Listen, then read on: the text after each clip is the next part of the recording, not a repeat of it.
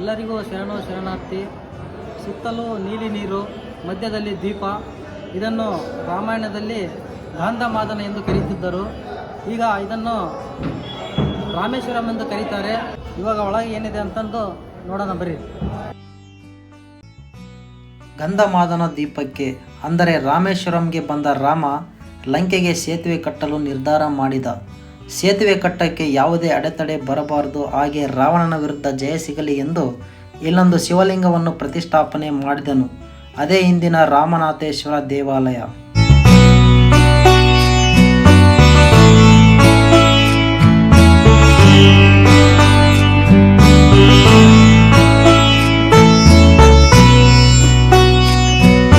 ಸಾವಿರದ 300 ವರ್ಷಗಳ ಹಿಂದಿನ ಪ್ರಾಚೀನ ದೇವಾಲಯ.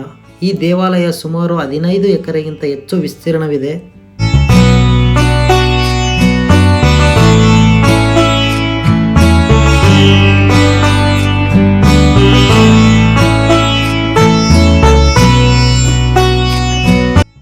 ಮೂರು ಅತಿ ದೊಡ್ಡ ಸಭಾ ಮಂಟಪಗಳಿವೆ. ಈ ಸುಂದರ ಸಭಾ ಮಂಟಪದ ಉದ್ದ ಬರೋಬ್ಬರಿ 640 ಅಡಿ.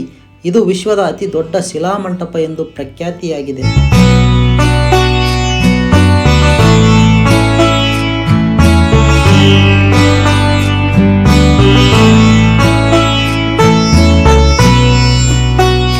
ರಾಮೇಶ್ವರಂದಲ್ಲಿ ಗುಡ್ಡಗಳಿಲ್ಲ, ಬಂಡೆಗಳಿಲ್ಲ. ಎಲ್ಲಿಂದ ತಂದ್ರು ಈ ದೊಡ್ಡ ದೊಡ್ಡ ಕಲ್ಲುಗಳನ್ನು?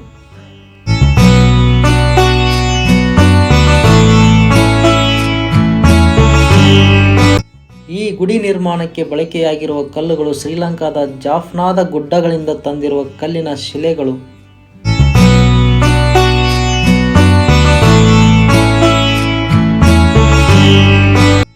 ಇದಕ್ಕೆ ಸಾಕ್ಷಿ ಇಲ್ಲಿರುವ ಶಿಲಾಶಾಸನ. ಈ ರಾಮನಾಥೇಶ್ವರನಿಗೆ ಶ್ರೀಲಂಕಾದಲ್ಲಿ ಆಳ್ವಿಕೆ ಮಾಡುತ್ತಿದ್ದ ಅರಸರು ಕೂಡ ಪರಮ ಭಕ್ತರಾಗಿದ್ದರು. ಅವರ ಲಾಂಛನ ನಂದಿಯಾಗಿತ್ತು.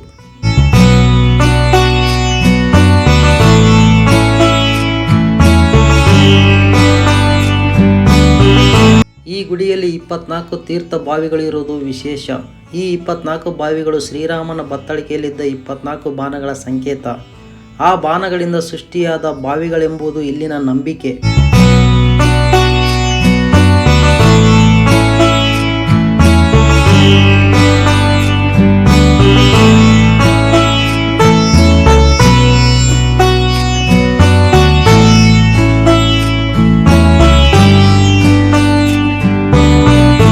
ಸುತ್ತಮುತ್ತ ಉಪ್ಪು ನೀರಿನ ಸಾಗರ ಇದ್ದರೂ ಈ ಬಾವಿಗಳಲ್ಲಿ ಸಿಹಿ ನೀರು ಬರುವುದು ಅತಿ ಸೋಜಿಗ.